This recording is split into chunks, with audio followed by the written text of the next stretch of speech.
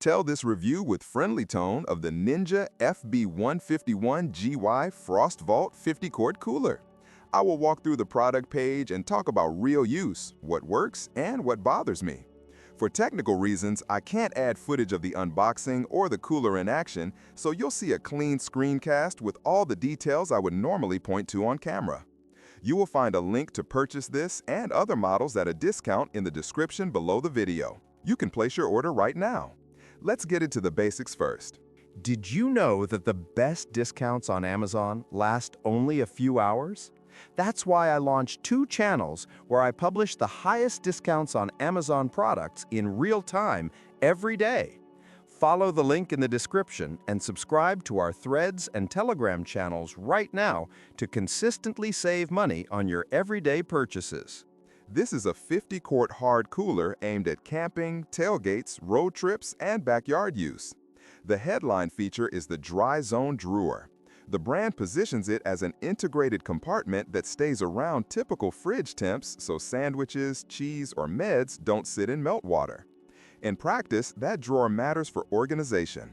It separates sensitive items from ice, and the rigid slide keeps them accessible when the main cavity is full. The trade-off is space. A drawer assembly eats into internal volume, so packers who load large ice blocks or tall bottles will need to plan placement. I like that the lid and body show a continuous gasket and firm latching. A cooler lives or dies by the seal. With a proper gasket and even pressure, you get slower ice melt and less odor transfer. The hinges feel like standard beefy polymer. I do not love when brands hide screw sizes or hinge pins because field repairs matter, but at least this looks serviceable with basic tools. The exterior finish looks resilient enough to take a campsite bump without scarring immediately. I would not call it indestructible. Hard edges and door-style latches can snag in tight trunks and can scuff if dragged over gravel. Use a mat in the trunk and lift rather than slide when possible. Ice retention claims are always optimistic. Lab tests assume pre-chilled contents, minimal door openings, shade, and premium ice. In real weekends, you open it often, someone leaves the lid cracked, and the cooler sits in sun. Expect solid performance if you pre-chill the cavity, use a high ice-to-contents ratio, and keep it out of direct heat. If you want multi-day retention without micromanaging, treat this like a quality general-purpose cooler rather than a roto-molded expedition box. The drawer is the differentiator. It makes snack access fast and stops bread from getting soggy. I would still zip delicate items in a thin bag for hygiene and to avoid cross-smell with fish or marinated meats. The interior walls look smooth and easy to wipe. That matters on day 3 when everything is damp. Drainage appears straightforward with a side drain, so you can purge meltwater without tipping. Always crack the lid while draining to avoid vacuum lock and speed the flow. Handle ergonomics are decent for 2-person carries. For a single-person move when fully loaded, plan your route. A 50-quart build with full ice and drinks gets heavy quickly. I would not haul this over long trail stretches alone. For car camping and tailgates, it's fine. Pay attention to the footprint if you drive a compact trunk.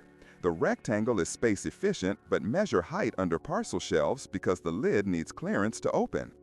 Build quality is a step up from bargain coolers and sits below the heaviest roto-molded tanks. That is a good middle ground for buyers who want better sealing and organization without the extreme weight. Price-wise, you are paying for the drawer system and the brand's fit and finish. If your priority is maximum days on ice per dollar, a plain roto-molded box may outperform on raw thermal hold. If your priority is food management and convenience with decent hold, this design makes sense. Potential drawbacks I see are the space trade-off from the drawer, added parts that can trap crumbs if you don't clean thoroughly, and the reality that any claim of fridge-like temps depends on how you load and how often you open it. The upside is cleaner packing, faster access, and fewer crushed items. My setup recommendation is simple. Pre-chill the empty cooler overnight with frozen water bottles, load the main cavity with a higher ratio of ice to warm items, stage ready-to-eat food in the drawer, keep the cooler shaded, and resist unnecessary lid flips. Do that and you get the best version of what this model can deliver. If you need a rugged, organized cooler for weekend trips, family sports days,